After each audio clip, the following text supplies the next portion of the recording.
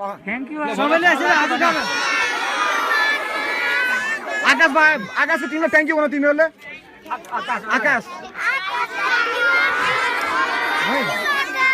ल तिमीहरू सबै पढ है आकाशले मेसेज पठाएको छ होइन राम्ररी गर होइन पेन छ यसो पढ है स्कुल जाऊ है ल